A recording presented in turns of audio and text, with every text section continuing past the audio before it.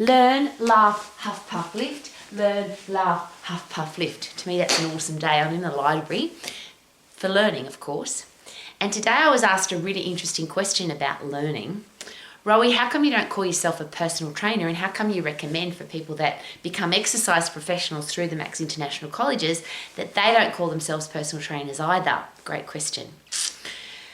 For me, the answer is very embarrassing. Is it possible that there are lots and lots of personal trainers in the world now, thousands, maybe even millions, and how many of them keep learning? How many of them know their stuff?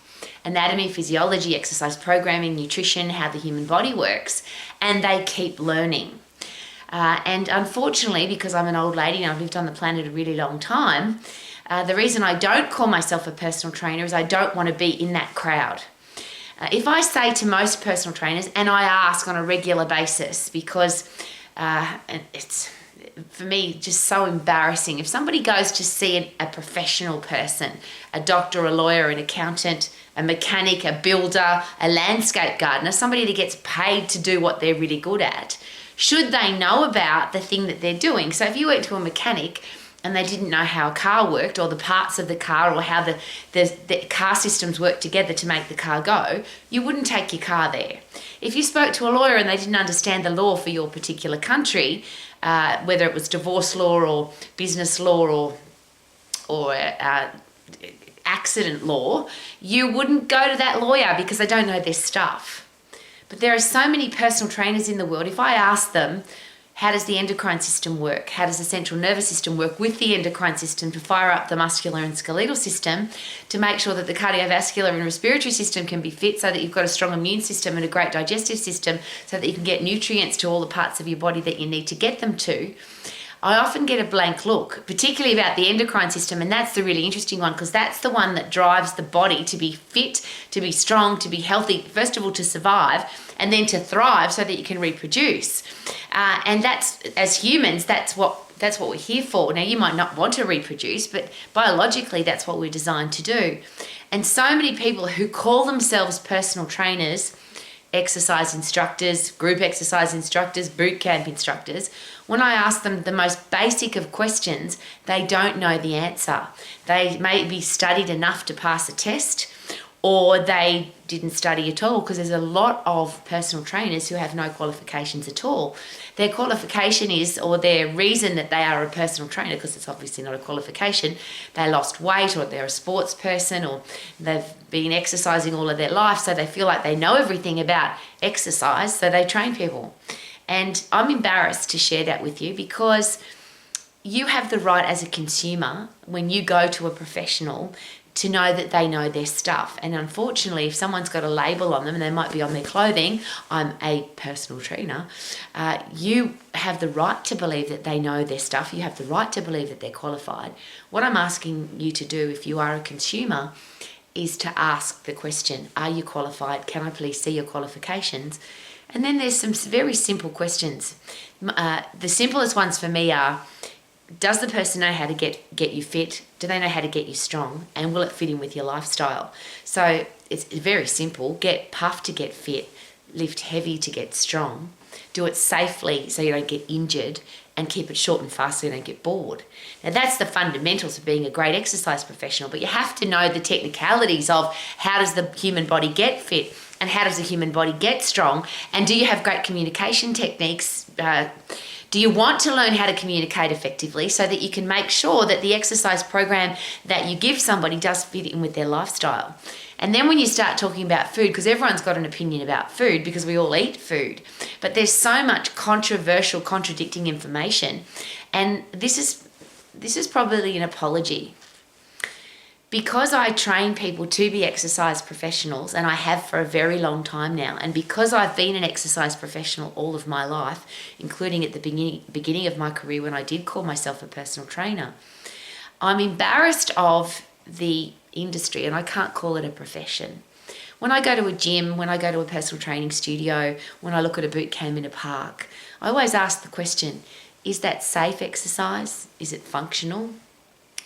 does the person teaching the class or delivering the information about exercise or delivering the program, do they know how the human body works? And that's why I always go and ask. And sadly, most of the time they don't know, or they guess, or they make stuff up, or they open up their phone and Google something. And since when do we believe what? It might be true on Google. The social media person that you follow might be telling you the truth. But how do you know if you don't know your anatomy and physiology? So if you are, or if you call yourself some form of exercise person, and if you do call yourself an exercise professional, which technically you could, because if you're getting paid to teach people exercise, because professional simply means I get paid to do what I do, do you know your anatomy and physiology? Do you know how the endocrine system works with the central nervous system to fire up the skeletal and muscular system, to make sure that the cardiovascular and respiratory system are fit, so you've got strong immune system and a great digestive system so that the whole body works together so this person can be fit and strong. Now, that's if you are an exercise professional. If you're a consumer of the product, some great questions to ask. Are you qualified? Where did you do your qualifications? Can I see them? And then ask some questions. Here's some simple ones. What's the endocrine system and how does it work? What are the 4 macronutrients? Where do they come from? How does your body use them? How does your body store them? How does your body burn them? What is the phosphate, lactate and aerobic systems? Because that's the ABC of exercise. And if somebody doesn't know what those 3 things are, it means it's like trying to write a book but you don't know your alphabet. You can't write a program for somebody if you don't know what the phosphate system is, what the lactate system is, what the aerobic system is, where the energy for those systems come from, how long they last for, and do they have any waste products, and how do we fit them into an exercise program that's going to make a person fit and strong. So this is a very sad thing for me to say. I'm embarrassed to say that most of the time, if you ask somebody those questions, if you ask for their qualifications, and there's a really interesting one, a lot of people might say, I've got 10 years experience or 20 years experience.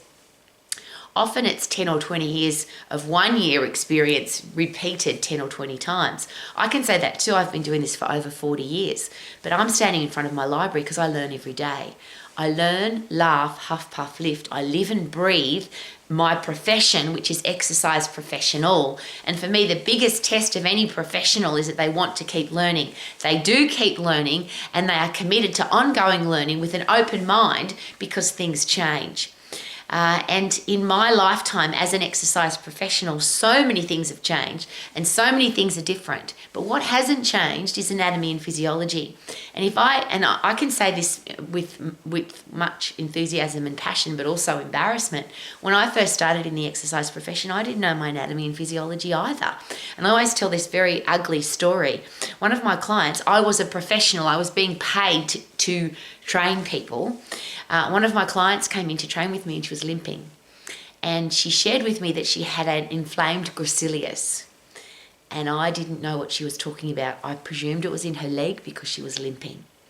After we trained that day, I was so embarrassed of myself and so disgusted in myself and felt so irresponsible as a professional. I said, never again. And I have, from that day forward, I have never missed a day of learning more and more and more and more and more as I possibly can about anatomy and physiology and how the human body works. And all I can share with you after 40 plus years in the exercise profession is I don't know very much. I'm still learning. All I know is I need to keep learning. I don't want to be arrogant, which is I know everything already. I don't want to be ignorant, which is I don't know anything. I just want to keep learning. So if you are a professional in any profession, thank you in advance for being an ongoing learner, because that is the definition for me of a professional person. Not that you just, oh yes, I get paid to do this, but I want to keep learning. And that's the thing about being successful in the exercise profession, because a lot of people tell me that you can't. And of course you can, but here's the 3 things. You have to do this because you love it. You have to want to inspire and motivate other people to be healthy, fit and strong. It's not just about you and your body. It's about wanting other people to be healthy, fit and strong. If you love what you do, obviously you want to keep getting better at it. You want to study. You want to learn. You want to keep expanding your mind and expanding your brain. And of course, the product of exercise adds such massive value to people's lives that it's an easy product to, you don't have to, when I say pass passion on passion means pass I on.